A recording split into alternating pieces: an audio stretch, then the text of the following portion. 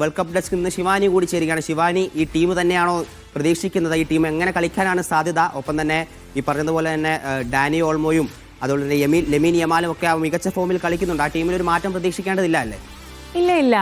ഇപ്പോൾ സ്പെയിനിന്റെ കാര്യം പറയാനാണെങ്കിൽ ഇപ്പോൾ സെമിയിൽ ഫ്രാൻസിനെ പോലെ ലോകകപ്പിൽ ഏറ്റവും കൂടുതൽ സാധ്യത കൽപ്പിച്ചിരുന്ന ഒരു ടീമിനെ പരാജയപ്പെടുത്തിയിട്ടാണ് ഫൈനലിലേക്ക് എത്തിയിട്ടുള്ളത്. നമ്മൾ അർജന്റീനയുടെ സ്ട്രെങ്ത്തിനെ കുറിച്ച് നമ്മൾ നേരത്തെ സംസാരിച്ചിട്ടുണ്ടായിരുന്നു. അപ്പോൾ അർജന്റീനയ്ക്ക് ഒരൊത്ത എതിരാളി തന്നെയാണ്. ഇപ്പോൾ സ്പെയിനിന്റെ ഏറ്റവും സ്ട്രെങ്ത് എന്ന് പറയാനുള്ളത് അവരുടെ പ്രതിരോധവും മിഡ്ഫീൽഡും തന്നെയാണ്. റോഡ്രി ആ ഒരു ടീമിന്റെ ഇഞ്ച് നയിക്കുന്ന മിഡ്ഫീൽഡ്. ഇപ്പോൾ സെമിയിൽ നോക്കുകയാണെങ്കിൽ ഫ്രാൻസിന്റെ ഒലീസ അടക്കമുള്ള മിഡ്ഫീൽഡിനെ ഔട്ട് ക്ലാസ് ചെയ്തെന്നാണ്. അതുപോലെ തന്നെ ആ ഒരു അർജന്റീനയുടെ മിഡ്ഫീൽഡ് വളരെ മികച്ച തന്നെയാണ്. ആ ഒരു പൊസിഷൻ മെയിൻറ്റെയിൻ ചെയ്ത് വളരെ മികച്ചൊരു ഫുട്ബോൾ തന്നെ സ്പെയിൻ കളിക്കുമെന്നാണ് പ്രതീക്ഷിക്കുന്നത്.